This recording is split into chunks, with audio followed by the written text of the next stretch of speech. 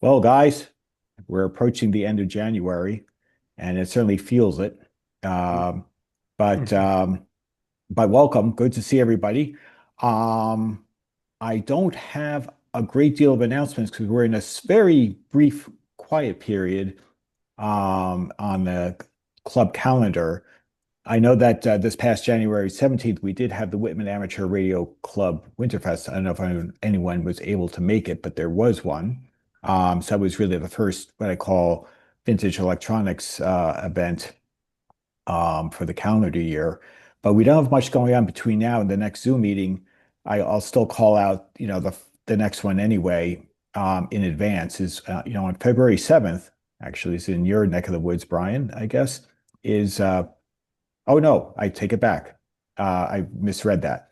It is the Connecticut Valley FM Association Annual Swap Fest, but don't trust the name. It's actually in Charlestown, New Hampshire. So, so if anyone's looking for something to do in the not too distant future in early February, you're good to go. And the Vintage Radio and Communications Museum of Connecticut's first swap meet is on February 7th, and that's from 8 to 12. So those of you who want to make the trek, it's a great museum if you've never been. And I haven't been to the swap meets in a while, but I'm sure it's usually, reasonably good. And if certainly can go through the museum if the swap meet is lightly attended or lightly vendored. I'll Uh, be on the plane coming home at that time. oh, well. But that's okay. You're coming home and you'll be home in time for Nevi 9. So we'll welcome you back, pair. But otherwise than that, I don't have much in the way of announcement. Things are fairly quiet. But John, you're talking about the Connecticut Museum, the swap meet. I imagine it's going to be indoors within the museum itself because Yeah.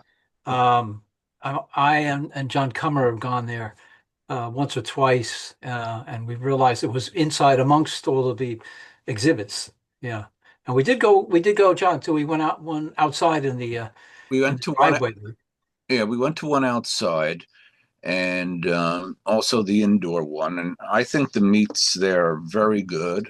Um, I haven't been to one lately. I've probably been to four or so over the years, but looking forward to maybe I'll go. What'd you say, February 7? Yeah, yeah, it's on the club calendar on the calendar page. But yes, February 7th, that's a Saturday, and it's from 8 to 12 at the museum. Of course, to get there. It's right near, for those of you not that familiar, it's right near the Hartford area. It's in Windsor, Connecticut. So that's pretty close to Hartford area. So it's Isn't it from like 10 miles north of Hartford or something like that? yeah, yeah, But kind of. Yeah, exactly. It's an easy, once you get off, it's really not that hard to get to. yeah. Um, but it's a great place. I haven't been recently. It's been a little while since I've gotten over there, but I've been there many a time. Is And John Ellsworth still in there or in charge or what? Last I know, yeah. yeah, ditto. I don't, but I've sort of lost. I don't think I've seen John. I have to admit, I haven't seen him since we had the big celebration for our Radio 50, event when he came to give a nice talk about the history of the museum, which, I think I did video, but it was a great talk. It was actually enjoyable just to hear from his perspective. But yeah, no, we do try to help and support those guys because they're our closest representative for a museum, from a proximity standpoint. Um, and actually, Rich, while I actually have you on here talking about events, is when you guys have a chance, you could email me your NJARC calendar, or at least your first event. Do mail. I'll throw it out. It's a TBD right now, and the date on our website. So I'm happy to put a date in once you know it.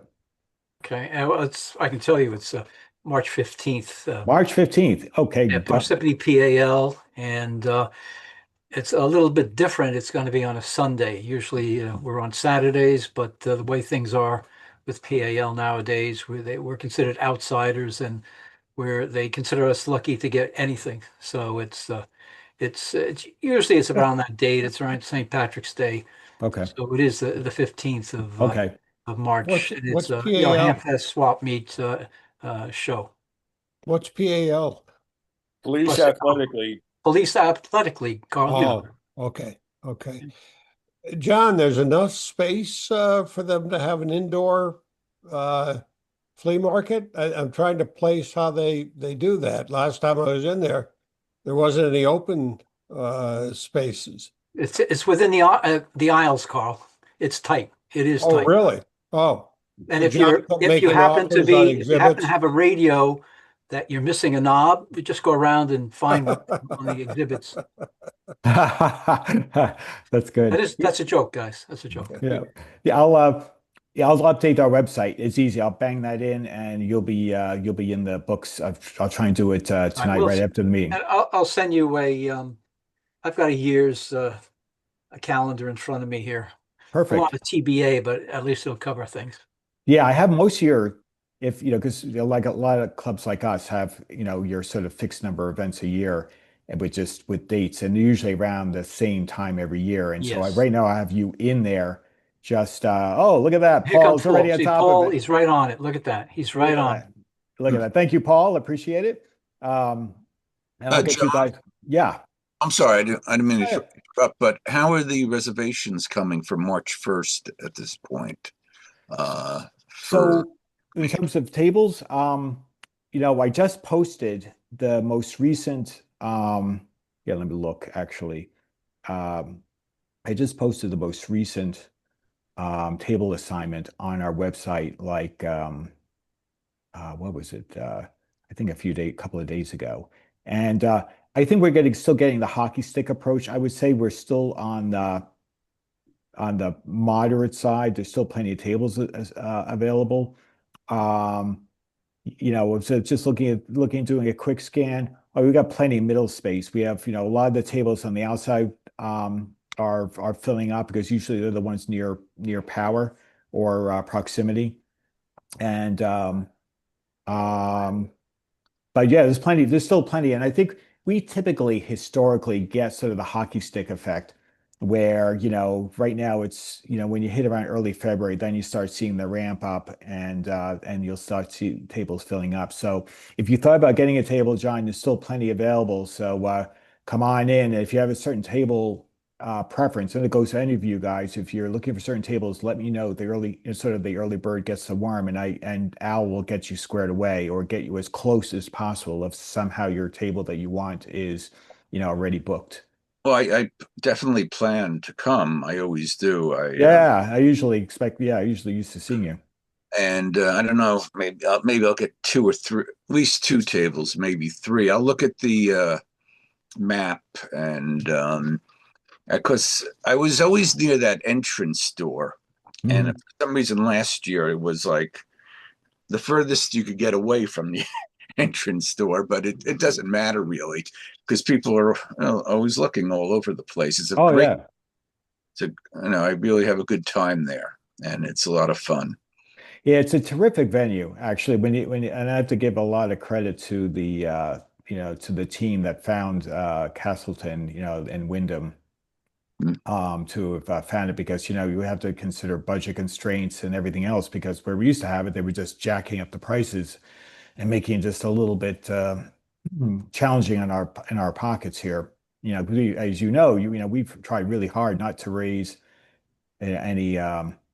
any membership fees. We've held it steady for a long time. And so there's a lot of effort to try and keep that. So Castleton has turned out to be a reasonably, their prices are going up. They're putting a little bit of stress, but we're still dealing with it because it's still a great venue. And you know what? There ain't a lot of cheap options out there. So, and you guys probably know that it's not like it used to be, um, so we sort of have to just try to keep making it work. And, I think I think Bob is already working on next year's contract, be working on that as soon as, we get this in the books so that, we want to have some continuity here. But so hopefully all things will be good. But Well, yeah. our fees, John, at in Parsippany PAL, Mhm. they go up exponentially. But I think now I understand with the new governor, Mikey Sherrill, that she's freezing all prices on everything the way she's talking. So we'll be okay. Well, hey, Another joke. That's another joke. Well, I assume that, hey, if there is something that she could do to help the NGARC, it should be on her platform, right? But at any rate, um, in terms of other announcements, Price of the riverboat that I take to get to where I'm staying here in Bangkok went up 23% between last year and this year. So I don't think our inflation is quite as bad as that. No. But People are Thailand is really not cheap. I complaining. hear Thailand is not cheap, Per. Yeah, and it's getting more expensive, Yeah. and people are very unhappy about it. My friends here. yeah, I can imagine. I can imagine. Is there anyone have any other announcements I did not cover that maybe club members like to be aware of? Or for that matter, I should be putting on our calendar?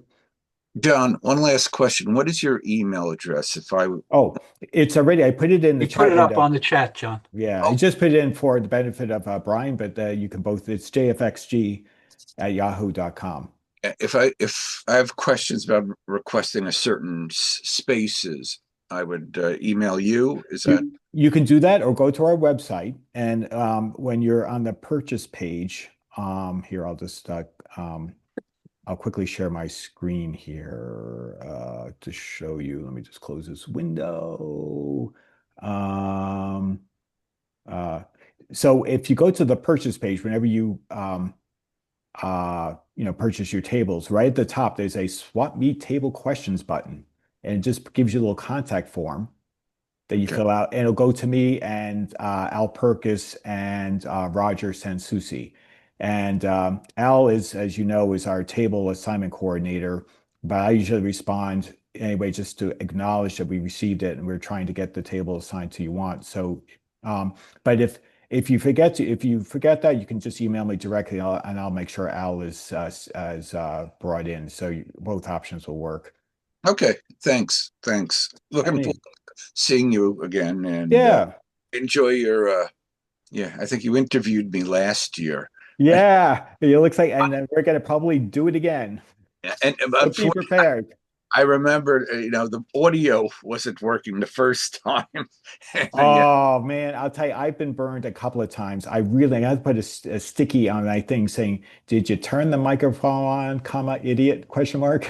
Because it is unfortunate on that. It's a great camera for the price, but it's just the auxiliary, the ancillary microphone is separately controlled by a little power switch on the side, and it's so easy to forget because you just look that you're hoping because it connects to the power. Otherwise, there was a connection for recording the audio part, and you would hope they would just be powered up to the entire camera, and it's not. And I've forgotten. I had to re-record, and one time I did the entire thing, got home, didn't realize I didn't have it on. So I'm like, I got to be like really diligent and writing myself a note because it's, in the rush to get yourself ready and start doing the recording, especially if you're running behind schedule, which was I happened to be last time. I was running behind schedule, wanted to get it in, and I forgot. And I was just like, but at any That rate, must have been quite an editing scene when you went through and imitated everybody's voice. that's really tough to do. You used AI, Carl. It was not bad. Oh, okay. All right. Well, the comment I gave was, "Man, your club members all have Tourette's syndrome." John, Yeah.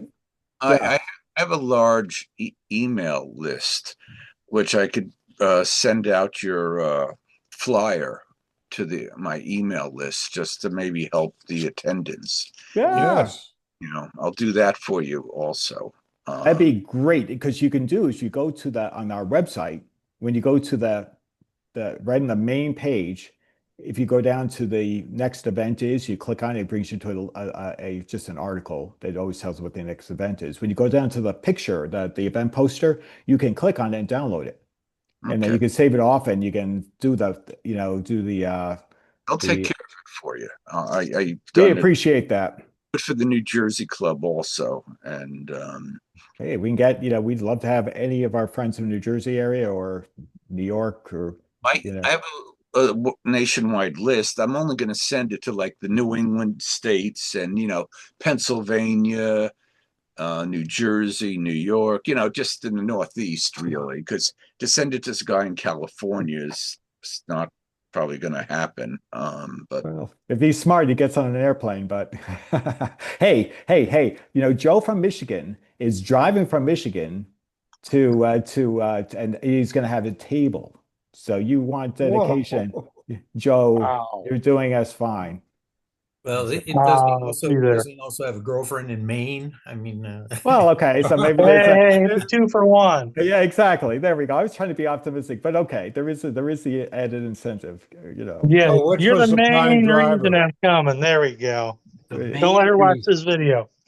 That's right. That's right. We're going to keep a positive dedication, but great. Well, if there's no other announcements or things to be aware of, I'm going to do is let me get my screen share ready because Bill Babbitt's going to kick us off with some photos of his radio collection, which he has some really neat stuff, and he can probably tell us a few, some stories behind him. And so let me first share my screen. And Bill, I'm going to have you just be the narrator presenter as soon as I get my act together here. Well, first of all, I've driven John absolutely crazy. Yep. Are you there? Oh, sorry. Yeah, I'm sorry. What's going on here? Can you guys see what I'm sharing? All I see is the New England I see it. Electronics Club. That's weird. Let me try this again. Uh, that's very strange. Oh, shoot. Okay, let me see here. you did have If a I get picture of a near radio for technology, a John, second. you know what happens. I had that. Yeah, I must have inadvertently, maybe I inadvertently closed the window, but let me just, let's see if you guys can see. Let me see here. What window am I? There was a picture of a Philco radio. Yeah, this is Yeah. what I'm trying to. Yeah. So let's see Are you if there? have we got this now? Yes. Yep. Wait, Yeah. what's going on Um, here? It's flying off the earth. Yeah. Here we go. How's that? No. First of all of my radios are working thanks to many of you folks in the club that have helped me because I'm not a repair person. This is a 1938 Philco. It works great. It is actually being donated to a very special member of our club. And just in thanks for everything that they've done. But this picture really doesn't do it justice because the case is really nice. So It's beautiful radio. okay, this is a 1932 Silvertone, and it's a very cosmetically attractive radio. It performs very well, as do all of my radios, thanks to you members of the club. And I've had this for about a year and a half, I guess. Unfortunately, I have this addiction to console radios, much to my wife's chagrin. But I guess if you do have an addiction, this is the time to have an addiction because the prices on them, as I'm sure many of you know, have sort of plummeted. People don't have the room and perhaps don't have is maybe the interest. I don't know, but that's one of my favorites. That's a beautiful piece because I love the two-toning of the wood and just all the columns, and it's just a really beautiful piece of workmanship. Yeah, the picture really doesn't do it justice, but it is a beautiful radio. Let's see here.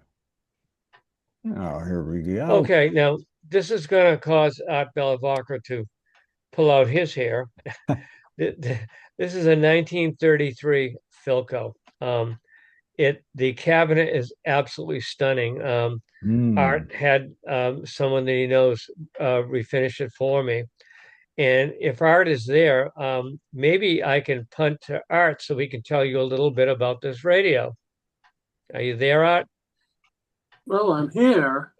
Yeah, because I'm surprised you're talking to me after this, but No, it was a typical repair, or it should have been. But towards the end of the job, it started to intermittently fail in such a way that it was just dancing me around to no end. It would play for 2 weeks and then stop. And it would stop, and I would go to take some measurements, and it would start up again and play for another 2 or 3 weeks. And it turned out in the end it was an intermittent coil just after the mixer tube, and I I rewound it. I got a little Chinese coil winding machine. The beauty of it is that it has a counter on it to count how many winds that I've done. And so finally, I was able to track it down just by luck, and I rewound the coil, and now it seems all right. Yes. absolutely. It has a shadow dial, which works, and Mm. it's one of my favorite radios. I'm thrilled. I'm thrilled that Art was able to get it working because it was touch and go there for quite some time. But you did a terrific job, Art, and I'm very appreciative. Well, thank you. Well, cosmetically, it looks in remarkably nice condition. Yeah, Wow. it is absolutely gorgeous. Whoever Art had do the cabinets, if anybody needs a cabinet done, and if that gentleman is still available, um, I would recommend him. Yeah, I have a guy who in the next town who's a cabinet maker, and he just loves to do these old radios. He does many of them for me, particularly if it's something more substantial than just freshening up with Howard's Restorer finish. He's taken care of radios for me that had vernier peeling off and all kinds of odd problems, broken legs. He's very skillful. So he's just up in Gloucester. And you've seen it in person, Art, and I'm sure you know these pictures really don't do it justice. It is stunning. It's absolutely beautiful. It's a great performer. I do have a 100-foot long line outdoor antenna, and I don't even have this connected to that. Art was good enough to put an internal antenna in it, and I'm able to pick up a very low power station in Attleboro, which is about 20 some odd miles as a crow flies, and it picks it up beautifully. So it is a beautiful radio. Wow. Really, really nice. Okay. Oh, another Philco. Yeah, this is a 1940 Philco, and this I bought this back when consoles was still going for a lot of money. I paid a lot of money for this, and thanks to Ross has replaced a transformer in it and done some other work on it.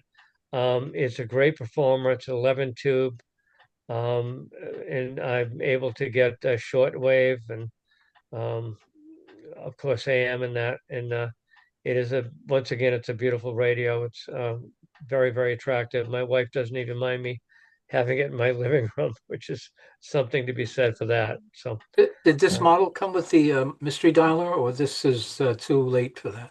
no, it didn't come with that. No. So Is that a power light right here in the dead center? it is, and Okay. it works. Oh, cool. I was funny because Yeah. I'm looking, saying I didn't think that was like, just a trim piece. No, that's a power light. Yep. I think I've got one other picture of it closed up, so it's an attractive addition to the living room. It is And very that's nice. all part of the original, the power light, huh? It is. Yeah, Huh. it is. Yeah. But Wow. great on shortwave. Surprisingly good on shortwave. Is there just the one speaker, Bill, or is there multiple Yes, speakers? yeah, just one speaker. Must be just a big Um, monster one. exactly. It's a huge speaker. I guess it's, I don't know, what would it be, guys? 12 inches or a very, Yeah. very large speaker. Yeah. And to the right and to the left, those are just cosmetic. Okay. I was Yeah. wondering because I'm thinking, geez, is there speakers, on Yeah. either side? But that's okay. Yeah. On that model, you need that light because a lot of people would close up the front dial And and not know. on Yeah. still, and they, Yeah. Yeah. That's a good point. yeah, Yeah. that's the reason that light is there to Yeah. warn people, hey, you didn't turn the radio off. Exactly. And it's so nice with all of the crazy news we've got. It's great just to sit in my living room and one by one, I every other day I put another one on and just sit there and listen to these radios, and it just kind of gets your mind off of all the craziness in the world. Indeed. Indeed. Wow, that's another terrific console. We need a light that says turn the microphone on. Yeah. Yeah, definitely need that. That's for sure. Oh my God. That's so funny. Oh, another console. Whoa. Okay, this is a RCA. beauty. This is a 1935 RCA with a working iTube that is quite rare. It's a 13 tube monster. Ooh. It weighs like as much as a small sedan. I think it's really heavy. I'm not even sure if that's veneer. It might just be hardwood because it's really heavy. Mm. And it is a shutter dial, which I had never seen before, which is why I wanted this. You can turn this, and the dial up here just will turn to shortwave and whatever band it is, mechanically. So it is a wonderful performer, and I get a lot of enjoyment out of this. Wow, I don't think I've ever seen one before of Yeah, this. I had never seen one, so I had to have it. So Hmm. so when my wife was out of the room, I bought it.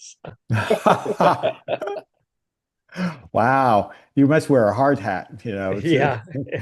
Well, I sent you that picture a couple shows ago, That's getting hit right. with a frying pan. So That's right. You're a veteran of the waffle iron or the frying pan. yes. Oh, that's great. That's gorgeous. I've never seen one of those before. Okay, this is actually my favorite radio, and I know um, it's not that rare. There are a lot of them around, and this is another one that thanks to Art Belavaca, he got this up and running. This actually has been in my family since 1928. I'm Wow. sure most of you know that the 28 radiolas were one of the first mass-produced electric radios after they went from batteries. There were a lot of them made. This thing, once again, works perfectly. It's a great performer. And every time I turn it on, I'm nostalgic. Now, as you can see the hood over the dial, when I was a kid, this was in my grandparents that lived in Lakeville, above their workbench down cellar. And every time they wanted to get rid of me, remember back in the day when there were Christmas lights, and if one bulb went out, you had to check all the bulbs. So when they wanted to get rid of me at 8 or 9 years old, and the Christmas tree lights wouldn't work, they sent me downstairs, and I had to plug each one of those bulbs into the hood. The hood comes off into the hood to under the hood to make sure which bulb didn't work. So this has been in my family since 19, well, probably 27, because the 28 models came out in 1928. And although it's certainly the most valuable radio uh, that I have, it's not valuable at all. There's so many of them, but it has a lot of nostalgia and a lot of family connections. You're a good So little kid because you didn't lose the hood. that's well, actually, I will tell you the only thing that isn't didn't come with this was the hood, because the hood was missing. And as you know, if you want to buy one of those hoods, you probably have to pay more than the entire radio is worth. Oh yeah. I found something on eBay. It's not a replica hood, it's an actual hood. I found one on eBay, and I think it was only $16. So I Lucky guess you. whoever was selling it didn't realize the value in that hood, because you can pay $60 or $70 for those. But that's the only thing that isn't original to the radio. I thought the hoods were kind of a ivory color glass. No, no, they actually shield. There's a dial light under that hood, and it shields the dial light, and it All shines right. down the dial. Yeah. So Yeah. it's not illuminated from the back, it's illuminated from the front. Okay. But it's not really a fixed, Carl. It's sort of a just sort of like a little crimp in there that's Yeah. I mean, you Right. touch it, it'll Yeah. move. I Yeah. got it. I don't know why for some reason. Oh, it doesn't matter. Yeah. Uh, And years ago, I had refinished it, but before it was completely dry, I put a handprint on it. And once again, I felt Bellavacqua, which restored this for me. Once again, he came through and got the handprint off it. no. But this radio means a great deal, and it's a good performer. Well, those original family radios always have far more sentimental value, right? Than Yep. anything else. And hey, this is almost 100 years old. Yeah. And didn't this have most of the original tubes as well? Yes, I believe so. Yeah. So here you've got a almost 100-year-old radio with most of the tubes that are original. Was the tuning drum in pretty good shape? Yes. See, Yeah. It was. I did restore one of those, and the tuning drum in it had completely fallen apart. So I had to 3D print one. So it's not exactly, Yeah. Wow. No, very fortunate. Very Yeah, fortunate the that pot metal. Yeah. yeah. Well, I thank you for the picture because I've been wondering what the real knobs look like, and now I know. Yep. Thank you. Yeah. Yeah. And there again, Art Belwalker came to my rescue and restored a wonderful family memento. Wow, that's great. Okay, that's a photograph of the Philco closed up. And again, that's why you have that little green light to tell you when it's on. Great. And Wow. John, I don't know, John, if you got the additional pictures that I I sent did. of I did. the radios on the shelf. I did. Nice display. Very nice display. Thank you. Yes, indeed. Yeah, I don't see why your wife would be worried. Yeah. Yeah, how do you get She's- away with it? Huh? Well, she said, get him off the floor. You got to do something. So that's what we did. So, and again, that's the 1938 Philco that is been rehomed, John. So Indeed. yeah. Oh, here we go. Okay. Now here's a dilemma. This is a 1940, and it's the down below on the left-hand side. It's a glory tone. I cannot find a glory tone that was made after 1932. And if you look at the cabinet is, let's see, I have a note here. The cabinet is the exact same cabinet as Admirals were. So whatever manufacturer must have been selling these cabinets to various, radio manufacturers. But it is a glory tone, and that doesn't fit in with anything that I can find. There was a glory tone built in this era. So Does it say glory tone on the chassis anywhere? it does. On the chat, okay, Yeah, because on the back. Yeah, it does. you But know, Yeah, because according John to, is saying that because the label doesn't look, it almost looks stuck on. Yeah. Yeah, Yeah. like someone had wanted to put it on there just for yeah, fun. it's actually metal. Yeah. The label is metal. So They did a good job of lining it so it sits right nicely over the pinstripe. So yeah, whoever so did it did a careful job. yeah, so I either somebody added that and but it makes no sense because Glorytone Corporation, as near as I can tell, went out of business in 1932 and 1933. But looking at the cabinet, it looks like, like an Admiral. The Admiral used the exact same cabinet, and actually the dial on the Admiral looks virtually similar. So I can't figure it out. Hey, John, can you go over a bit to the left-hand side of the glory tone and really zoom it? It On the looks like label. there's a nail. Yeah, they nailed. Yep. Yep. Well, I see. I don't know whether it's a nail or a scratch or a gouge. I think now it's a nail. Well, Okay. you know what? If it's a nail, I think it's added because I don't think a manufacturer would pick a nail that would go over part of the G.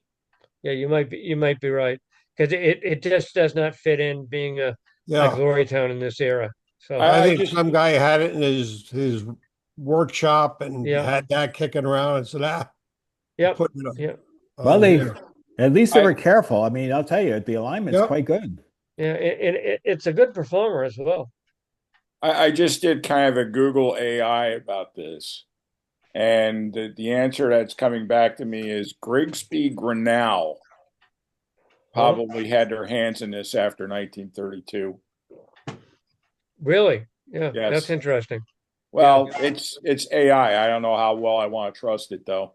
Yeah. Yeah. Well, it's a I good hear you. theory because Grinnell was making Marcier and Grinnell were making stuff after that time. Yeah, I mean, it is if you look up a 1940 Admiral, it's exact. Even the dial. What about the tube complement or the chassis? Is it the same as with that Admiral that you looked up? I didn't check, but that's a very good point. I need to do that. I But believe it's a six. I believe it's a six tube. Yeah, probably it's Yeah. 1940. I mean, I have it up on a shelf, and as John can attest, I'm vertically challenged, so I don't get up that high very often. So. well, what's interesting though that you mentioned, Bill, is that the chassis says Glory Tone 2. Well, yeah, but it's like a stamp on the back, Okay, but almost as if somebody had stamped it with ink. oh, I see. So it's You not know? like a No, manufacturer's. yeah, yeah, Okay. and it's crooked. So, you know, So somebody got so sloppy in the chassis. But they'll never notice it there. yeah, exactly. Well, But I anyway, wonder go ahead. where Admiral put their logo and so forth. Yeah, That's that's a good that's question. an excellent question. I don't know, Uh, but I'm somebody, concocting a story of Admiral saying, we built 1,000 of these, they're not selling, we don't want them, and yeah, some aftermarket guy buying it and throwing glory tone. right. But I mean, if that label came off a 1932 Glorytone, that certainly does not look of that vintage for a Yeah, 1932 label. So you're right. I'm perplexed. So Hmm. if anyone stumbles on anything, please let me know. So, It but it is. works great. It's a nice radio. I mean, hey, regardless Yeah. of its provenance, I mean, it's a nice looking radio. Yeah. Yeah. And once again, the cabinets on the pictures really don't do them justice. It's really very attractive. Okay, here we have a 1940 Emerson. Once again, a great little performer. Really enjoy using it. Dial light works. The cabinet is in extraordinary condition. It's not repainted. As near as I can tell, there's no overspray or any indication that it's been painted. And quite frankly, it's not that particularly valuable. So I don't know why anyone would go through a lot of trouble repainting it in the first place. The cabinet looks like Plascon, or they used to Yeah, call I'd say too, Plascon. Bobby. Yeah, yeah. Yeah, I got to rely on you, Bob, for that because you know more about that than I do. It's a pretty radio. Yeah. So what do you think, Bob? It's sort of a plastic type thing. Plascon was kind of a pre-polystyrene plastic. This is actually my wheelhouse. I kind of went to a junior college I know, for yeah. electronics, and I spent 30 years in the plastics industry, so I actually have more knowledge about plastics than anything. But that was kind of an uncommon choice for those radios. Emerson and some other radio manufacturers used it. The thing you have to be careful with Plascon though is that, well, as long as you keep it in a temperature controlled environment, because these things have a tendency to expand and contract real bad, Okay. and then they start exhibiting stress fractures in the plastic and that kind of thing. That cabinet looks absolutely beautiful on that radio. Yeah. It's really So this would be in between the Bakelite and the plastic that we know today, right? This would try kind of be an upscale thing to the Bakelite. They made Bakelite versions of this radio. Okay. They were made in black Bakelite, but the Plascon is actually more desirable, I think. It's a better looking radio. Yeah, it's very attractive, and the cases cabinet is absolutely flawless. So Very nice.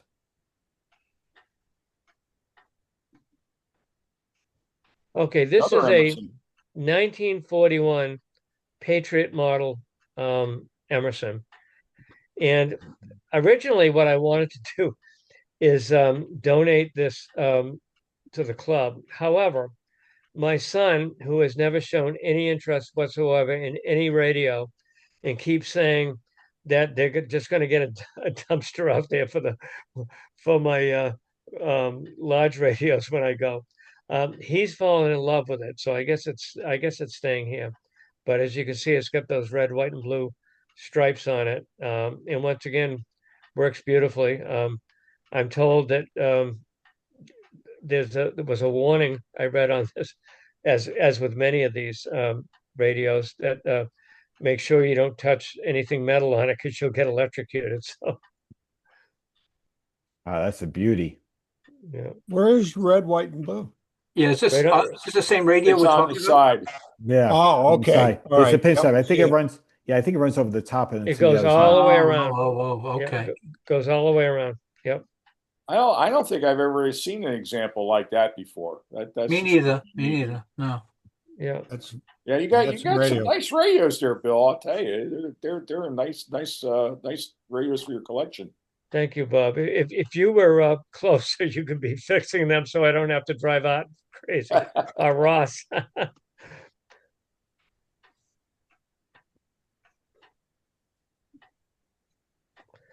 Okay, this radio here, I thought was a what did I think that was, John? I forget. Oh, an Venus? automatic? You thought it was an automatic? Yeah, I thought it was an automatic, but it's not, I don't believe.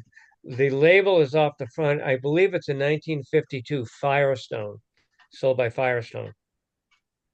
So Very it's nice a clock looking. radio. It's got the what's the clock? Oh, the Telecron. Telecron. Ashland, clock. Massachusetts. Yep. And once again, it's a great performer. well, those are really deco Yeah. numbers. I love it. Yeah. That's a Yeah. great looking piece. You know, you see the little, That's super cool. it is. It's just very elegant. Yeah. Even the knobs, very nicely done. Yep.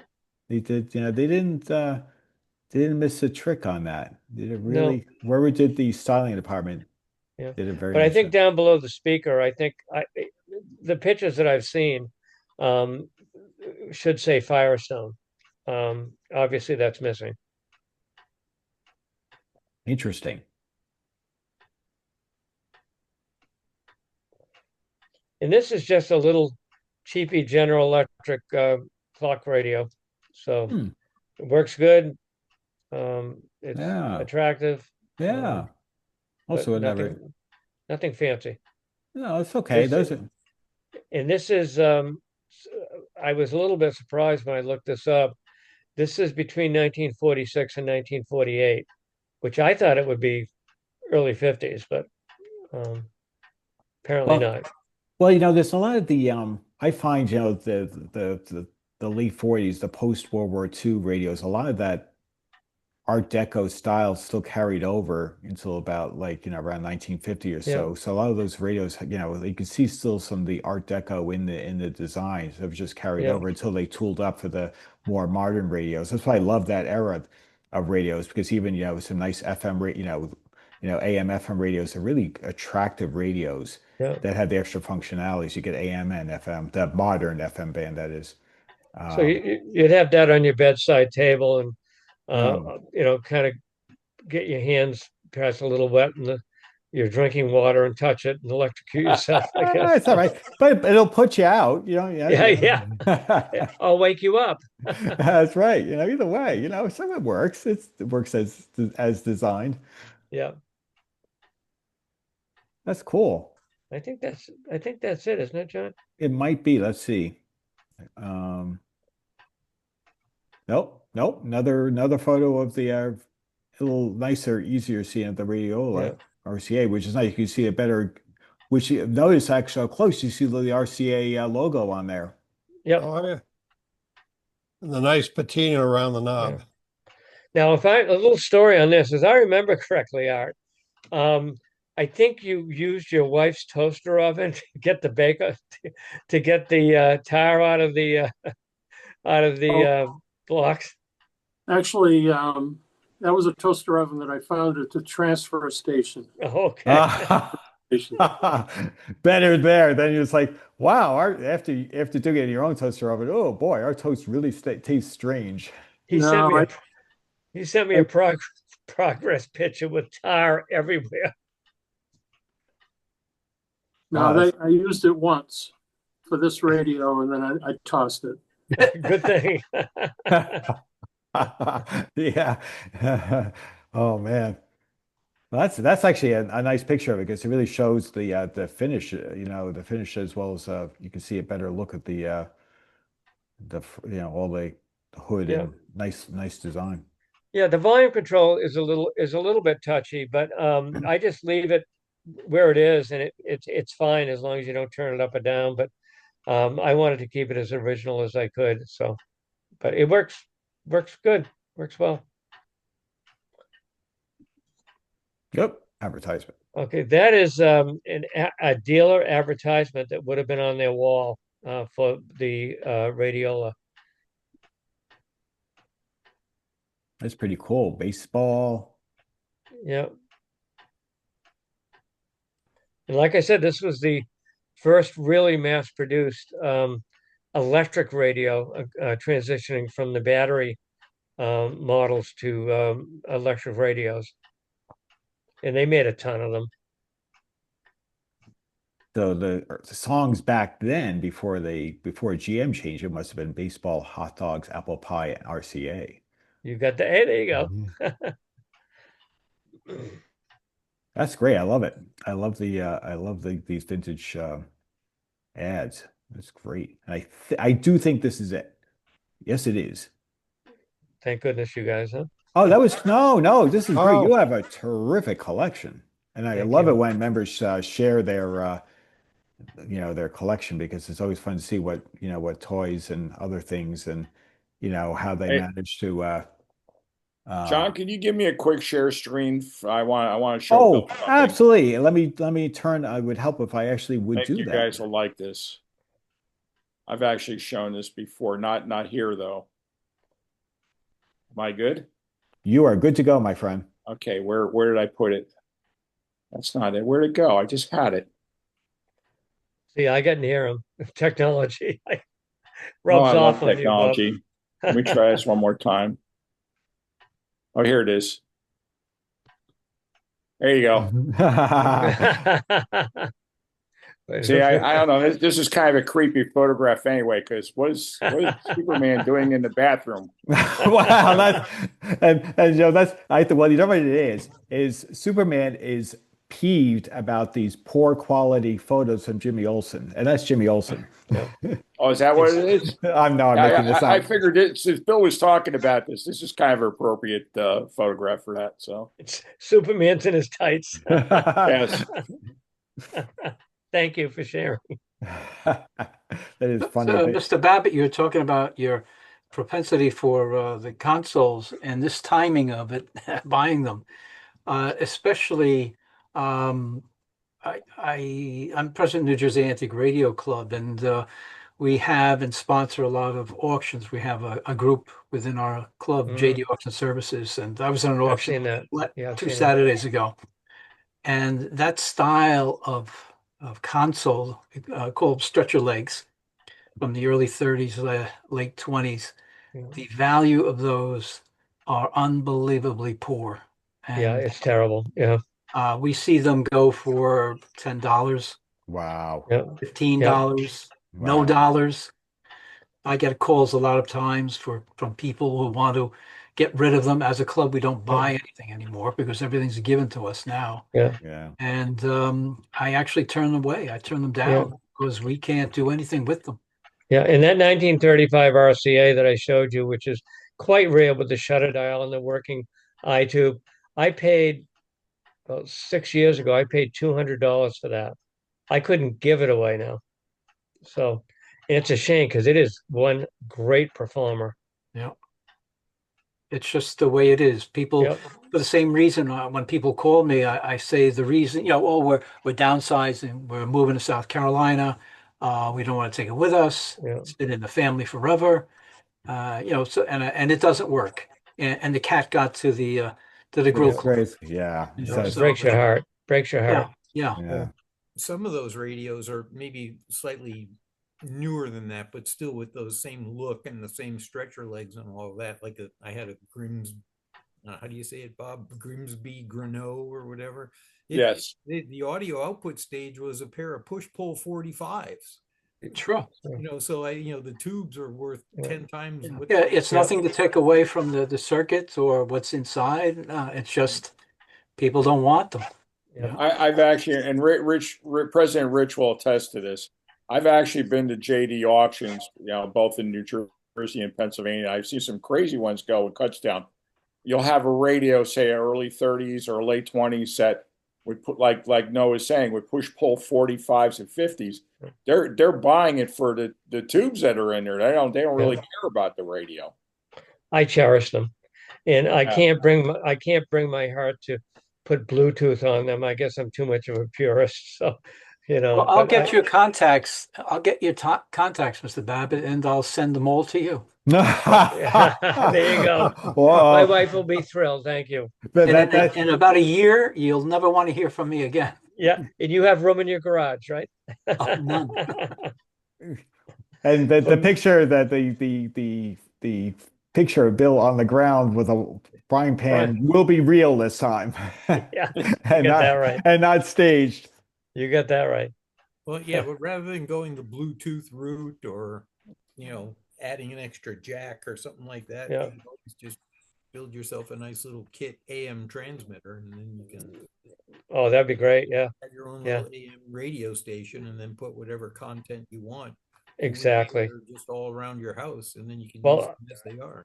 I enjoy radio classics on the Sirius device, and I would love to be able to broadcast that through my radios because I enjoy those old time radio shows. But it's the same thing. Like sitting across from me is a big console Victrola that was my grandparents. That's worthless too. You can't get rid of those things. So so. Yeah. Oh No. well, my kid's problem, I guess. I think the only hook that you could probably get younger people to like this stuff, and as a club, I don't want to really take words away from Rich, but Rich I think will agree with what I'm about to say, is that if you put Bluetooth in these old sets and these old consoles, and then they could play their own stuff through that, that might be the hook that'll get them. They can play hip hop and heavy metal through them. Yeah, they There you go. they could play their Green Day or wherever it is they listen to through the through the Bluetooth. And from a repair standpoint, that's beyond my expertise, but that's probably something that I should have someone do because that's probably the only way anyone's going to take them.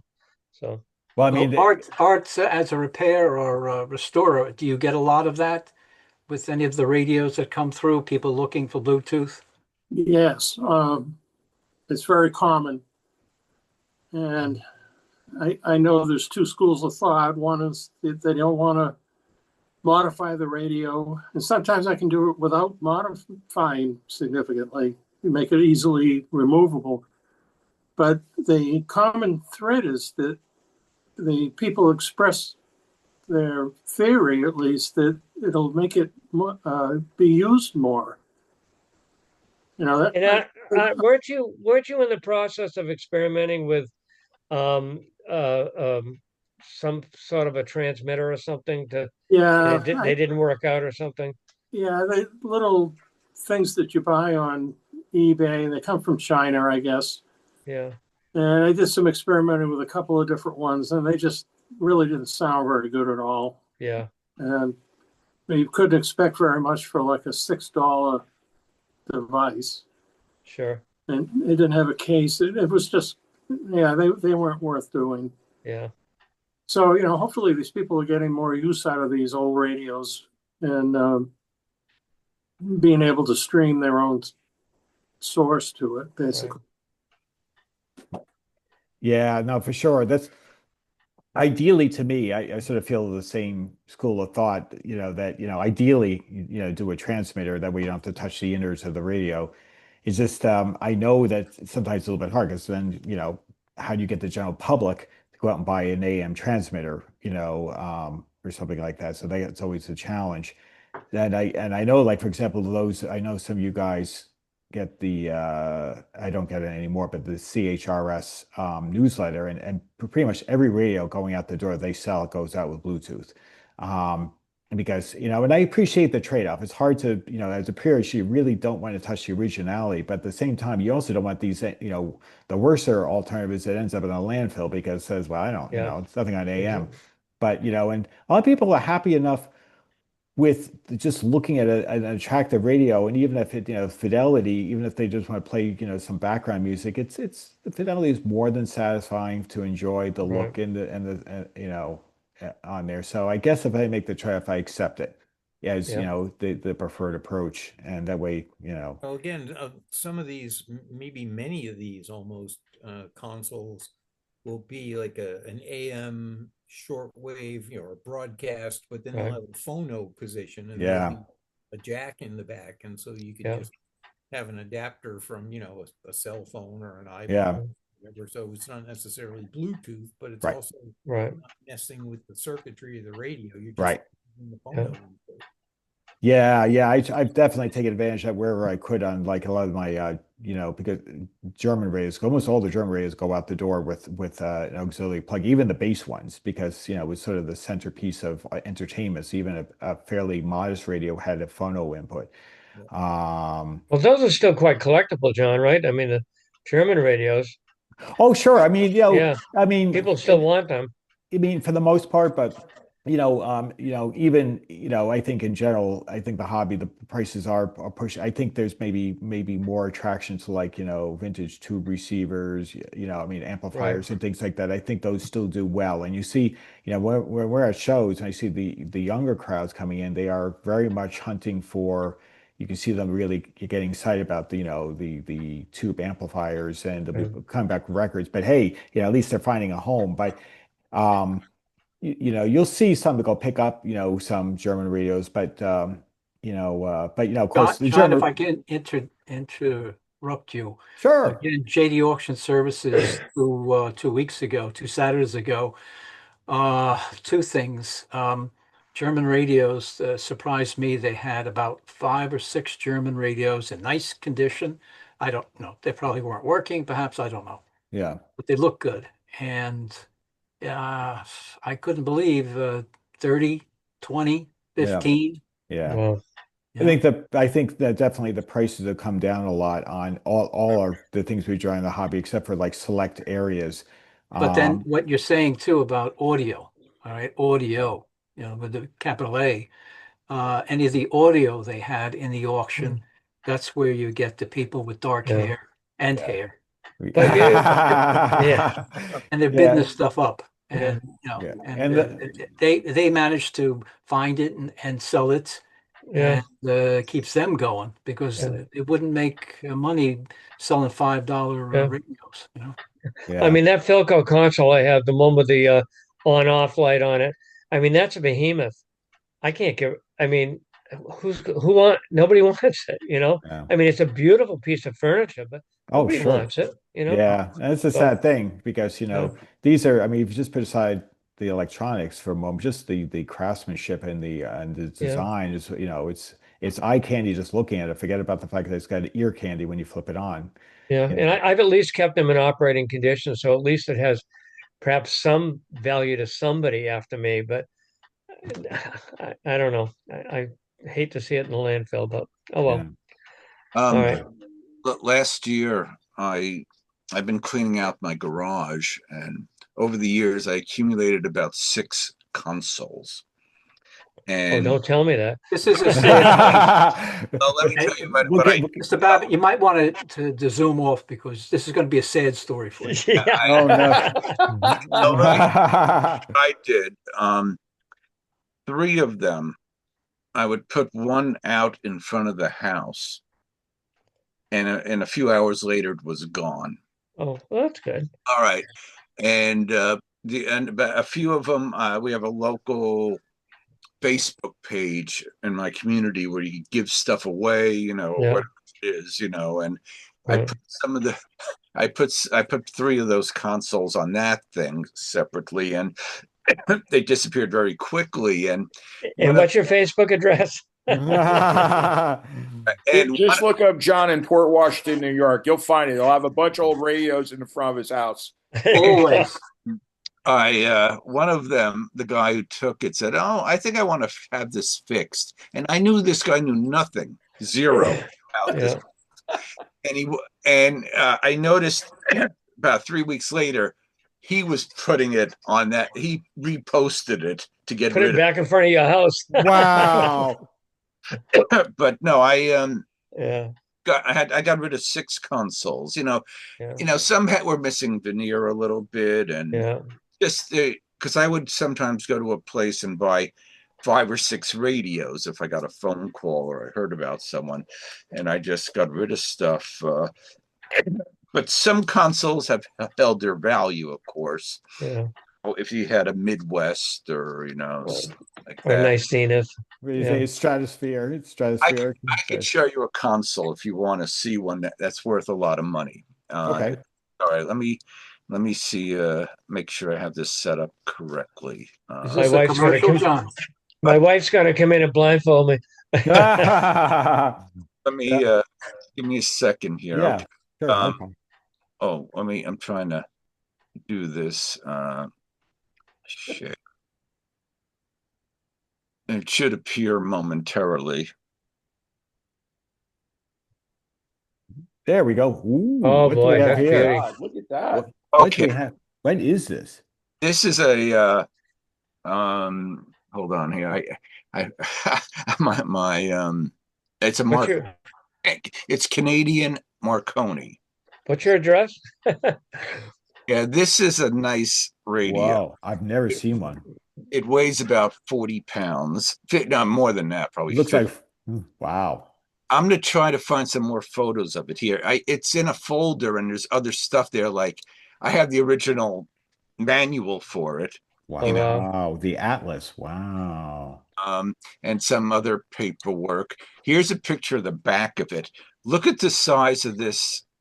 Jeez. Looks like a 2x6. Yeah. What is on that thing? Push pull 6L6s. 6L6s. Now every tube in here is marked. I believe it's. And hold on, it does say Marconi there. But every tube is besides being metal, is except for the tuning eye, they're all marked GE Canada because it is Canadian. Now the top is a little messed up, but it's. Okay. And the story is, I bought it from a guy here on Long Island in New York, where I live. He had relatives in Canada, and he took it from Canada and brought it into the New York area. There's another photo of it. There. Oh wow. Wow. No, that's the thing. And That it's is cool. but this thing really weighs like 50 pounds. It's ridiculous. And let me. I'm gonna go see if I have any better photos. But anyway, it's a. Oh, hold on. It has. Wow. Let me see if I could see him. Let me go back to the tube complement here. If I could enlarge this. Yeah, it's just 6L6s on the side there. All right, 2 6F5s pushing the 6. Okay, I got you. Yeah, you That's a can, lot of tubes there, bud. yeah, Yeah, huh? 4, 5, 6, 7, 8, 9, 10, 11, 12 tubes, I believe. Well, that'll keep you warm. That's a Yeah, nice space heater. Yeah, yeah. it's an interesting radio, and I never thought I'd find one on like. There's another club. Wow, what a neat dial face. Yeah.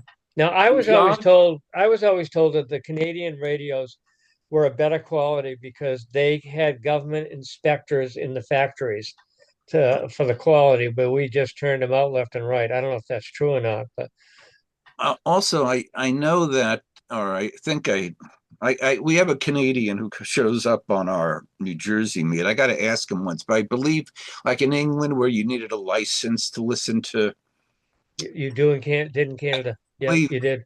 Yep. Canada, they did that also. Yep. The Yep. scale runs backwards. Yeah. Also, John, I want Yeah. to just interject real quick. I believe Marconi was RCA's Canadian counterpart. It was part of RCA, but I think because of the regulations that you're talking about, they couldn't do RCA, so they went to Marconi. I mean, it might be. I don't know Have to that. ask I'm Dr. pretty Alex. sure it is. Now, the only thing is, the guy who shows up, Dan from Canada, on our New Jersey Zoom meeting, he could reproduce knobs and anything you want, and I got to get him one day to somehow reproduce two knobs I need. Yeah. But anyway, let me just see if I have any. That's all the pictures I have of it, really. But it's. That's a beauty. That I is, mean, that's cool. I mean, really cool. That's see, something like that, those kind of consoles people want, or I also have some Midwest console downstairs that has 16 tubes. That Wow. is, but let me just get out of the Zoom as a share. I mean, but anyway, that there are some consoles that are good, but as I said last year, I gave away 6 consoles. I just said I can't, because they had no real value. They were cheap Philcos or GEs missing veneer, maybe. Well, my wife just blocked you. well, Bill, just put your mailing address in here, and all members who are No. looking to get rid of. Suddenly, you have all these consoles arriving. Yeah, I've got to shove off, guy, because I've got to take care of the dog and stuff. So, Bill, that was terrific. So this has been fun. I'll catch up to you when you post this onto YouTube. Absolutely. But no console talk while I'm gone. All right. Bill, before you go, look at this. Could be in your house. Holy! Now this is a console, Bill. Oh my! Look at that thing. What is it? How tall is it? It's about 7 feet or so tall. Well, because it looks bigger. I mean, I have a small house. Well, we have like an 8-foot. I think we had an 8-foot ceiling in this house, and it wasn't far away from the top of this mantle. Oh shucks! I only have 7 feet here. This is a Magnavox Imperial Grand Poobah Wizard, whatever. There's like a, oh my! You didn't take that down to Texas with you, did you? I certainly did. Oh my goodness! You must a whole moving truck. Yeah, I think it looks bigger than your Chrysler. Oh man! and about as much as a Chrysler. Serial number. It's an AM shortwave, receiver / tuner preamp, I guess you might call it, with an FM tuner with a record changer in this drawer and a television set in the upper half. They would sell the bottom half if you just wanted a radio record player, and then they would sell the upper half that came with their doors that are perpendicularly. What was the model called, Noah? I can't. It's got about 4 adjectives. It's like Imperial. If you say Magnavox Imperial, and it's like circa 1948, 1949. Holy it was probably the Royal Nutcracker, because that's what would happen if you picked it up. There's a 12-inch speaker down here with a something called a Stevens horn on the Wow. top here, and it's bi-amplified. It has like 8 6L6s in it, and Holy. it's a beast. It'll rock the house. All right. I just Well- had this wonderful vision of Noah realizing he's going to take it downstairs to the workshop to change a couple things. Thankfully, where we are right now, there are no stairs, so it was a straight shot into All the right. house. It's in Well, the gentlemen, you living- take it easy. I'll talk to you. Bill, thank Yeah, you, all right. Bill. Take care. Good to see you, Bill. Have a good night. Good to be seen rather than viewed. But take it in. Bye-bye. Bye. So see, he's still got plenty of room left for one of these. So. Oh man, I think to deliver it, don't they use those, those helicopters with the crane? They call them the crane. They, Sikorsky, the really big ones. There Right, were- right. Drop it off. There were some strong young men who took care of the wrapping and the packing and the carrying out to the pod. And you visit them at the hospital the next day. Yeah. from their back injury. That's my biggest radio, but I'm not sure there is a bigger radio. Oh my I'd gosh. love to be at the corporate meeting where someone presented this idea and they all agreed it was good. And they said, look, the model number can also be substituted as its weight in pounds. No, I gotta ask this question. Yep. Have you ever seen a second one of these? Not in person, no. Okay. The person, if you go look online, you'll come across a YouTube where the person is demonstrating it. His is 1 year older because it has just a 78 RPM changer in it, whereas this changer is 78 and LP. No 45. So it's probably a little bit newer than the other one. Yeah, this was like a 49 and his was like a 47 or something like that. Well, you ought to be able to get more for yours. Yeah. I'm I pretty don't know. sure. I'm pretty After sure. all, it is a china closet. Yeah, Oh, well, man. Yeah.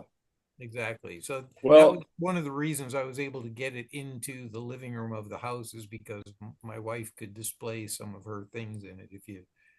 I don't know if I can zoom in on this thing or not. I do see a doll head or a Yeah. So she's got some of her things in here and some, family pictures and some dolls and stuff. So I was able to kind of somewhat camouflage it. If you look down here, you can see this is the AM and the short wave and the preamp unit here. And this is the FM unit.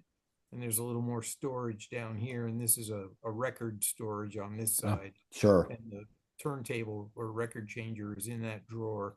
And then the big speaker with the bi-amplified power amp that's behind it. It was a lot of fun. You tackle them one piece at a time. I made sure I could get the AM shortwave unit working. I could make sure I got the FM working. And then I worked on the turntable. And then I did the television. One fascinating thing about this, not to hijack this at all, but there aren't enough inputs, like a modern preamp would have.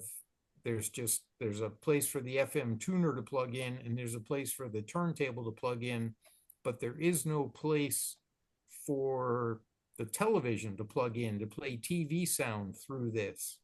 So what they had was essentially, I guess I'd call it a multiplexer or a switch, so that the FM tuner and the TV audio would plug into this box, and then one cable would come out of the box to go into the back of the this receiver over here. And the box had 2 wires coming out of it to a tube socket base, and the rectifier tube for the television would lift out, and then this fake socket would plug in its place, and then the rectifier would plug in to that tube socket. And the 2 wires were the filament voltage for the TV, so that when you turned on the TV, you energized those 2 wires and it threw a relay in the little box so that it would switch over from the FM tuner to the television. So wow. What a Rube Goldberg. throw the switch. And most of the time it was, I guess, set up for radio. So it was normally in the radio position. And it was only when you turned on the TV that the relay would energize and go over, and then you'd get the TV sound through I the. think they were originally planning on using Bluetooth. Yeah, exactly. Yeah, but all the knobs No doubt. all the knobs are all gold or brass or Wow. whatever, and they're solid, and very heavy. And but it was fun. It put the better part of a winter for me to go through and restore every one of the components. Did you actually have schematics for this? Oh yeah. Oh yeah. I got schematics, I got manuals, I got everything on it. Does that TV have channel 1 on it, or no? It's not No, that. it's not a channel 1, it is a channel 2. Of course, it's always on channel 3 because I go through a modulator, to get the picture into it. But Well, no, all I could say is that yours is bigger in my contest. You're the winner. Oh, by a wide margin. Yes. I wouldn't have brought it up except we started talking about the size and weight of consoles. Needless to say, this is in the multi-100-pound category. Right Yeah. now. Between your, Oh, your I between see your, it's got doors on it too. Oh, great. Oh yeah, gotta have doors. Well, that's bigger than that WGN radio. That huge console they made for. Yep. I would just be curious to know what the 1949 price was for this thing. I did That'd look be- it up. I have all that information somewhere, but it was in 1949. It was like somewhere around like $650. I believe it. That's a hefty price for that. That's a car. Absolutely. That's a cheap car in 49. If you got both Yeah. pieces, with the television set, it's like, so it was a crazy thing, but I couldn't pass it up. I think I got it from Marlborough, Massachusetts, I believe. One of those moving sales, and just like the discussion that we were having, people would come in and they would look at it and say, "Oh my," and then they would leave. Is it only two-piece? Yes, No? it's two pieces. Yep. This hutch sits on top of base. So I want to know how you explained that this was coming home. I don't think I did, actually. Not until I got it all. I did bring it in two pieces down into the basement of the house we were living at in North Reading, and I didn't reveal it until everything was working. Wow, that's pretty amazing. You have something that big in the basement and nobody noticed. No, well, not many people besides myself would go to the basement. Ah, There well was all played. manner of terrible things down in the basement. You're like Grandpa in the dungeon on the Munsters. Yeah, but the cabinet was in fantastic shape. Clearly it was something that somebody paid a lot of money for back in the day, and so it had a revered place in the living room. So it wasn't beat up, and the cat didn't get to it, and it didn't have cigarette burns on it, and it wasn't coated with nicotine stains or any of that kind of stuff. Oh, I know. And Isaiah found another one. Go check your chat window. Oh, I'll have to. I don't know how to. I have to stop sharing or something. I'm looking at it right now. It looks exactly like it. Where is the chat? Let me see. Wow. I'm taking a look myself just because. Oh yeah, whoa. Wow, look at that. Actually, that doll face is pretty cool. I have to click on That it. is nice. The Facebook thing. The Windsor cabinet by Drexel. It's a Windsor Imperial or an Imperial Windsor. It's got both of those words in it. Magnavox Imperial something or other. Magnavox, Windsor. Fort Wayne, Indiana. Yeah, that's pretty much it. Wow. Windsor cabinet by Drexel. Yep. Magnavox, Fort Wayne, Indiana.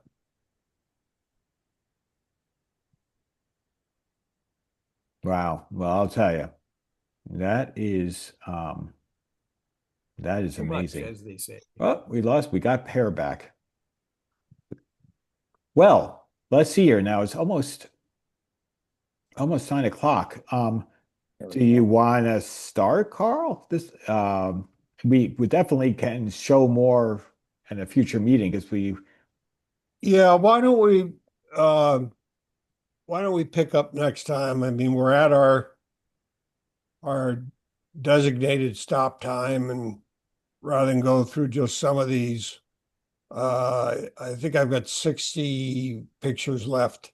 Oh, okay. That will definitely burn a regular meeting because we always Yeah. talk about them.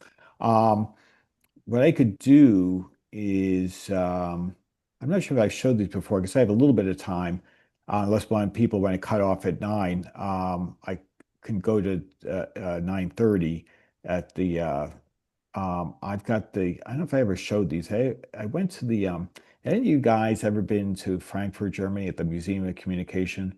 It's actually a terrific museum. And Isaiah, thank you. It was great. Always appreciate your feedback and so forth. But I went out there. I haven't been there in a while. I was there in 2013. And there, That sounds like a Tom Pereira visit. the, Tom, Tom, well, did you go to that museum? Tom's muted. or he's multiplexing. He's on another Zoom meeting, isn't he? Yeah, unfortunately, there's another Zoom meeting exactly at the same time. It just ended, so you've got my full attention, but I would like to tell you about it for a moment. Yeah. The guy has actually Bye, managed Brian. to Sorry. 3D print a bug, semi-automatic key. And he did it in a way that was absolutely fantastic. I've been collecting keys for 70 years and never seen anything like this. I He think you wrote a book about it, managed, as a matter of fact. yeah, he managed to put together a bug that actually works out of a 3D printer with no bearings at all, just by analyzing the direction of forces and the amount of force and using torsion, little thin 3D printed bars with torsion on them to make the thing work. So sorry, I couldn't resist watching that and watching you guys out of the corner of my eye. Oh, no worries at all. No worries at all. Um, So, um, John, you mentioned a oh museum in yeah. Germany. Yeah, so I went there and I was amazed because they cover when they do Museum of Communication, they really mean it literally. It's not just electronic. It means they cover, the postal side of things, gets written communication, and telephone, telegraph, radios, of course. You even had Folksy. some cars. They had of course, a lot of the radios were mostly German. And admittedly, when I went there, this is 2013, I had my iPhone 3GS, which was my first iPhone. So its camera was not nearly as good as what I've got now, but I did take some photos. And, I bet you I could spin through, I probably have more than 15 or 20 photos. I can do a quick share. Let me just go find the deck and just you guys might like to see this just because if you're ever out there, I highly recommend it because it is just a terrific museum with really cool stuff. And I think I paid like 6 or 7 euros to get in the door. And I thought, I spent like 2 or 3 hours in it. So for the price per hour, I was thoroughly entertained. Um, Let me just share my screen. I think I've got the deck here. Do the tariffs affect the admittance? Well, fortunately, I went pre-insanity, but in terms of the tariffs, yeah, who knows what it is now? But let's see here. All right, let's try this. See if I got the. Oh my goodness. That I've seen Oh that yeah, that's somewhere. the ultimate right there. Meet George Jetson. that's boys and girls. Well, actually, only boys. Is a Kuba Comet. That was made probably around 1959, 60 in that time frame. And that is the coolest. You're right. If you want a Jetson, you got a 60s house, yeah, gotta have one of these. And they're truly cool. You pull all the radios, there's this big draw right here. You pull out, and there's where all the electronics are. It is certainly if you had a late 50s, 60s house, you gotta have one of these. And it's truly, and they are worth, they're pretty desirable for German radios, but of course you can imagine it takes a lot of space, both vertically and horizontally. So you better be prepared for it. But it is a special radio in terms of uniqueness, and you don't see them all that often. Got to have room in the same living room for the Philco Predicta to be on the other side. Exactly. You get that in. You got to have the two. It would be just downright wrong.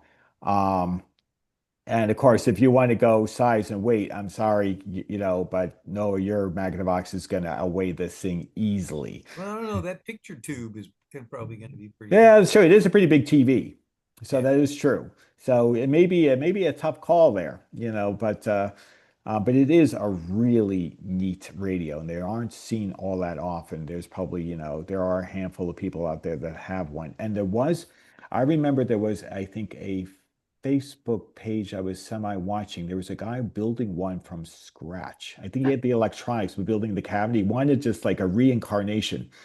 And you know what? Hey, if you're into woodworking, it's actually probably fairly straightforward because there aren't a lot of complex curves here. It's a lot of flat panels, but it's still a lot of work to reproduce this.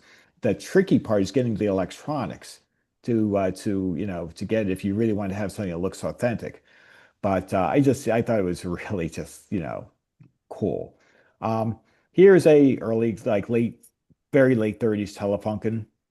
I don't recall the model number offhand on this one, but again, I apologize for the pictures, but remember this is 2013 when I took this, and it was with an Apple iPhone 3GS. You're looking through a glass cabinet, so Exactly, that's the other thing. Whereas the more modern phones can at least you can do more correction and editing on this, whereas it was more limited on that. But that's a dog. That's like from a electronics. That's a dog's age. Oh, here was a Telefunken where it's a television. You can see it's got the reflector. Yep. I thought that was really cool. I have no idea what the model was because I should have recorded it, but I think I was just too excited walking around saying, "Wow, look at this! Wow, look at that! I've just never seen this before."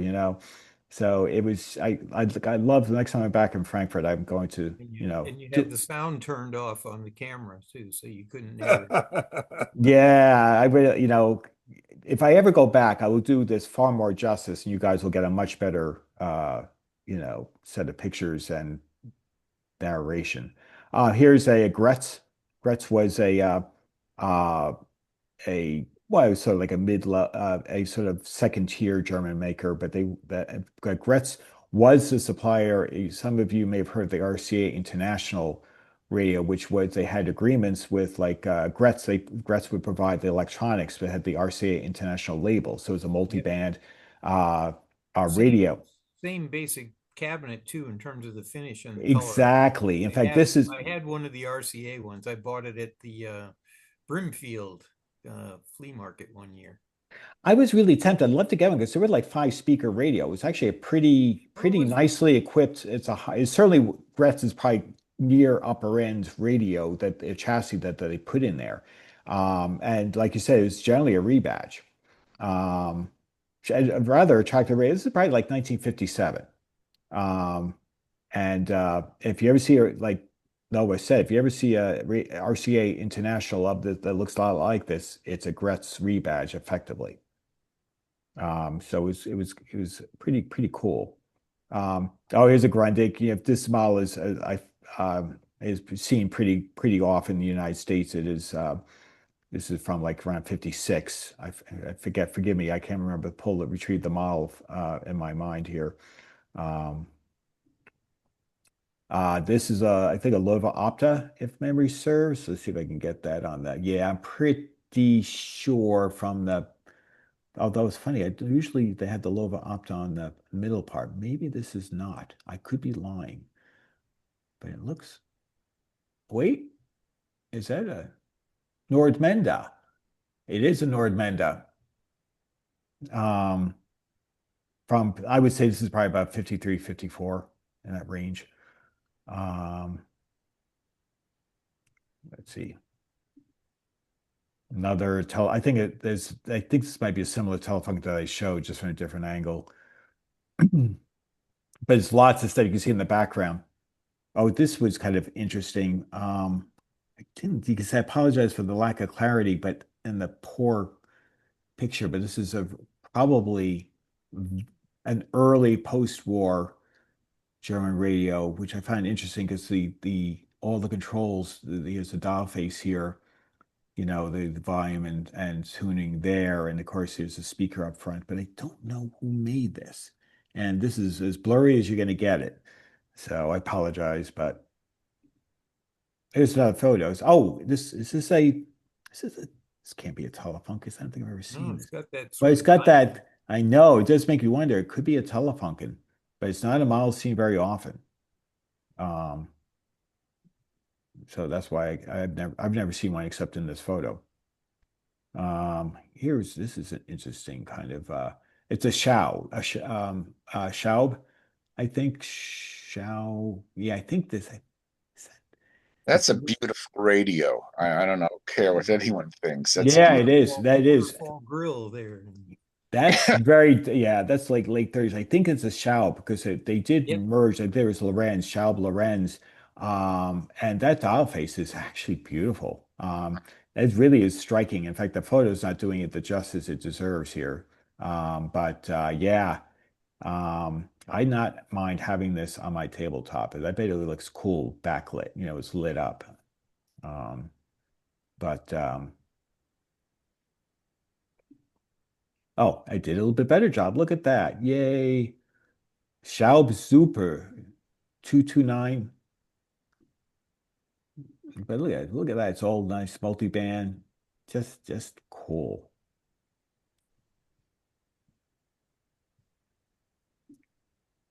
And gosh, I am having trouble determining who makes this. This is maybe a mystery, and I will have to. Oh, wait. Let's see here if I can get in close enough. I don't know. This is probably the logo, but it's not jumping at me as who this is. I'm gonna have to do a much better job next time I go there. That's all there is to it. Oh, I think this was, this is the back of this is the Grundig I showed, but this is the 309 out. That's the model. I took that, yes, from 56, because I remember the year for that, because I've seen these enough. That's the model. I decided I should remember that for some reason when I took it. Here's the back of the Gretz.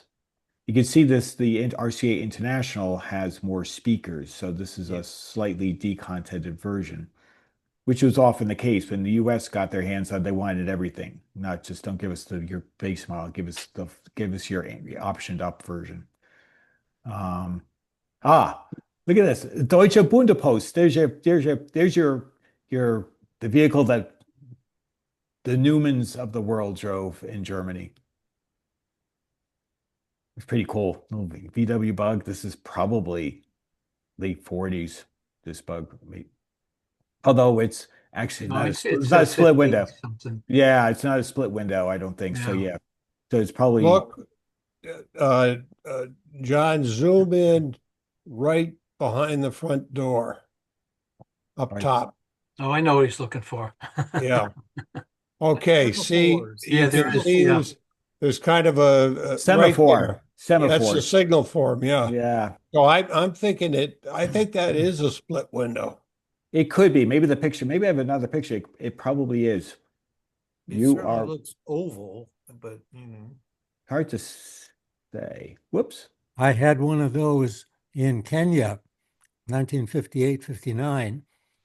And the little light was hard for people to notice because everybody had gone to directional signals. So what I did was I put a flasher. So that made the arm go up and down, up and down, up and down, instead of just staying up.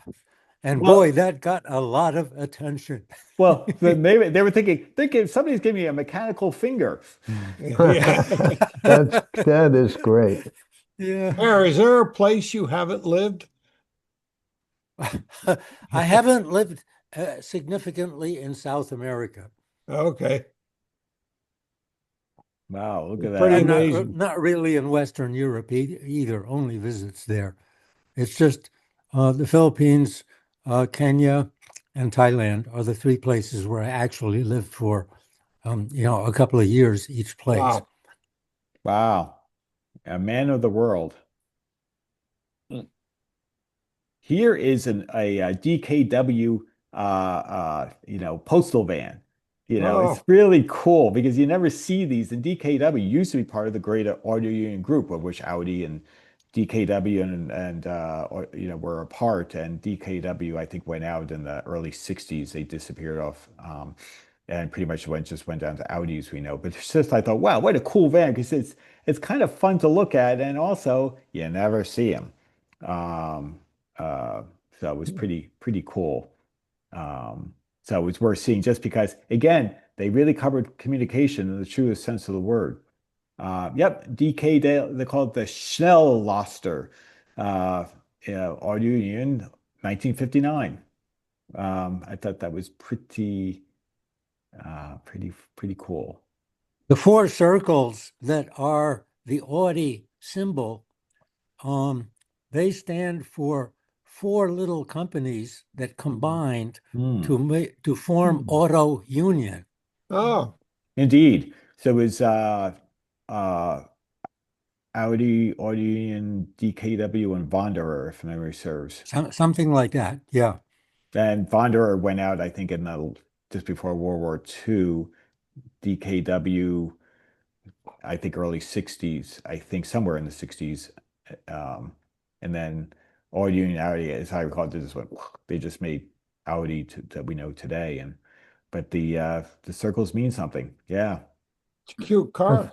It's pretty cool. I actually think it's pretty nifty. You make that electric, that'd be really cool, I don't know if I could fit in it, Yeah, that's the tricky part. They vertically or horizontally. yeah. I just though I'd be a little nervous about making turns too fast because of that narrow wheelbase. Yeah.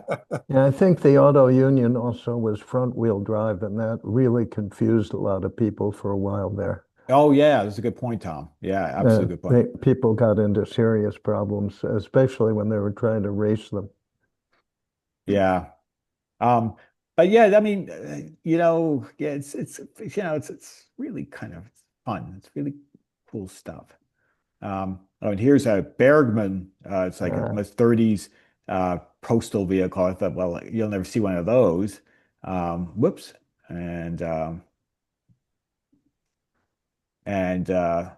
Well, Well, that looks there we go. familiar. That looks familiar. And I was like, cool. Look at, Yeah, so I thought, Tom, it's good you're on, and with yeah, the manual, no less, yeah. That's a Lorenz cipher machine with the key for the code key book.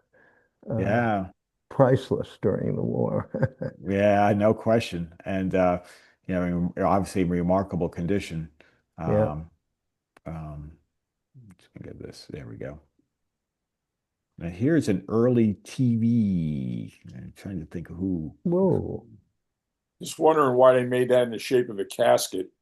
I know. It really isn't the most pleasant to I look guess at. the TV broke down a lot or something, or it died early. Maybe it was their prediction that people don't belong watching TV. You're just going to die. It isn't the most attractive looking thing. It That's for almost sure. looks homemade. Yeah, I know, doesn't it? But I have to believe, or maybe it was a prototype, but I have to believe that, because it's in a museum, that probably was the early days of German television, whoever made. It's obviously something special, or else they wouldn't have put it in a glass case. Yeah. It looks like a pilot, in terms of like the 2-inch or 3-inch. Yeah, the little 3-inch pilot TVs. Yeah. It had like 8 or 9 12 AT7s in them. Yeah, it's crazy. Pilot. It's cool though, it's like, and here is, let's see, now what is this? That's gotta be a radio of some kind. Oh yeah, I'm trying to see if I can get out. I see that's just the picture's just terrible in terms of in terms of who made it. Hard to say. It is definitely a radio, but in terms of who made it, maybe it's Telefunken, but I'm not honestly sure. Unfortunately, there's a lot of not much light on that. Oh, look at this Oh, AEG. Take a look at that. that's nice. That's That big. battery sets, Yeah. basically. It's like, is that what that is from the Yeah. Yeah. And AEG actually, essentially owned Telefunken. So it used to be, in fact, if you see an AEG radio, especially like from the 50s, you'll say, hey, that looks a lot like the Telefunken, and just had different trim and so forth. There was all that shared chassis and so forth with those. But AEG was uh, the parent company. You see, it says telephone here, so it must be, Earphones, earphone. antenna Yeah, on but the look at other this. side. Yeah. Um, gosh, I mean, an antenna. I look at the name on the tuning dial or the label on both that one and the other one. It's The nice. abs. Abstimmung. Abstimmung. And they certainly made it clearly labeled, that's for sure. It's a Yep. beast. This is a beast. Hmm. Pretty cool stuff, so you don't see this kind of stuff very often. So I can't over. It looks like a two-stage TRF with a separate amp. I can't overemphasize that it's worth if you're in the area ever, you're looking for a few hours to kill, that'll do it. That's really cool. Look at it, it's this early days of radio. That's just fun, you know.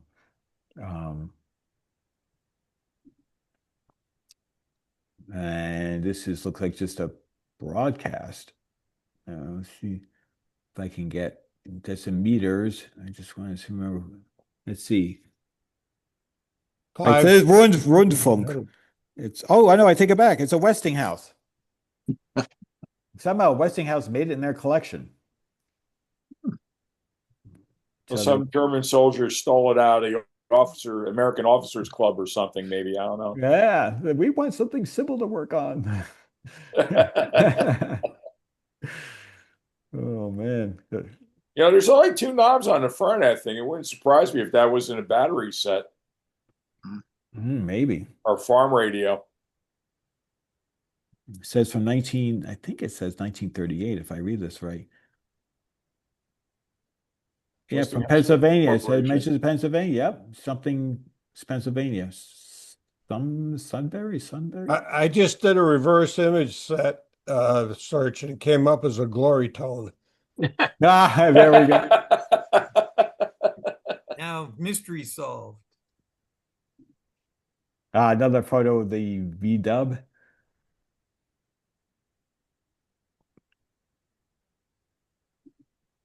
Yes. There you go. There we go. You should look familiar. Yes, it does. It's actually an early three-rotor. I guess it's a Model K. Yeah, if I can get in close enough. Yeah, it's too blurry. Yeah. I apologize for that. Oh, maybe it's a four-rotor. It looks Tom, what are up on the top? What are the two black blocks with the wire in between?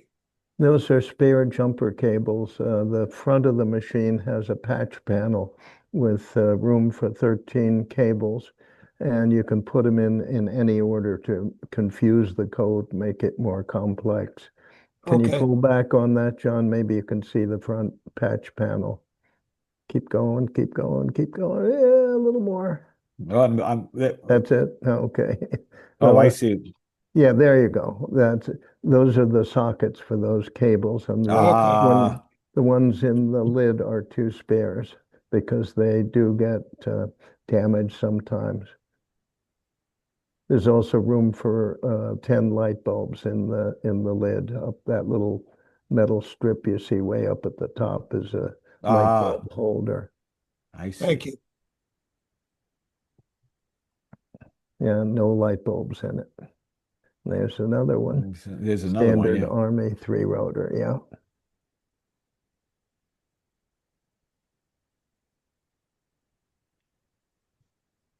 It also has the spare cables in it. There we go. Did I take a duplicate? Maybe there's a duplicate of the same one. No, there's a four rotor or a Model K on this side and the three rotors on the right. Okay. And I think there's one more. Oh, I know. I think there was it's a advertisement for an Opel Manta. And I think why I took it, there was a little bit of I like the ad, but also it reminded me a lot of how with because it's a GM company, it looked a lot like the Chevy Monza as if it was sharing some of the platform or the design, and that's what struck me. I said, well, there's a little bit of similarity. I can see some corporate. That does look darn close to a Chevy Monza from like the 70s. Yeah, because I owned a couple, and so I thought, oh, that's kind of cool. And I had never seen one before in person, but I saw the ad, so I said, okay, I'll take it. But actually, I think that does it. So it was just and it's actually very fortuitous because we burned the extra 25 minutes and we get to an even 2 hours. And but I thought I should. But the end point is next time I've got there, I'll do a much better job. And secondly, is if you're out there, do treat yourself because it's fun. You can. There. I remember there's like letters. I think there were some letters from the Titanic that is some special exhibit or something. They had some really neat stuff. So they have letters, tons of telephones, telegraph. You name it, the form of communication. You guys could spend an easy half day just looking at it all and studying it. So highly recommend it. Spend This is Museum of Communication in Darmstadt? Frankfurt, Oh, right in Frankfurt. Frankfurt. Okay. Yeah. Highly recommend it. Great. Well, anyway, boys, well, looks Thank like you, John. oh, you bet, Carl, you got a reprieve, but we'll catch you at the next meeting on that, and maybe it'll be at the second February meeting. But Sounds good. meanwhile, you guys, it was great seeing you. I thoroughly enjoyed seeing you guys, and also thanks, Pear, for special thanks for him coming, going live tomorrow. So and you guys stay warm. I know the weather's gonna be a bit unpleasant, and we'll see you in 2 weeks for a round robin. Sounds All right, good. all right, Take guys, care. Good. take care of yourselves. Thanks, John. You bet.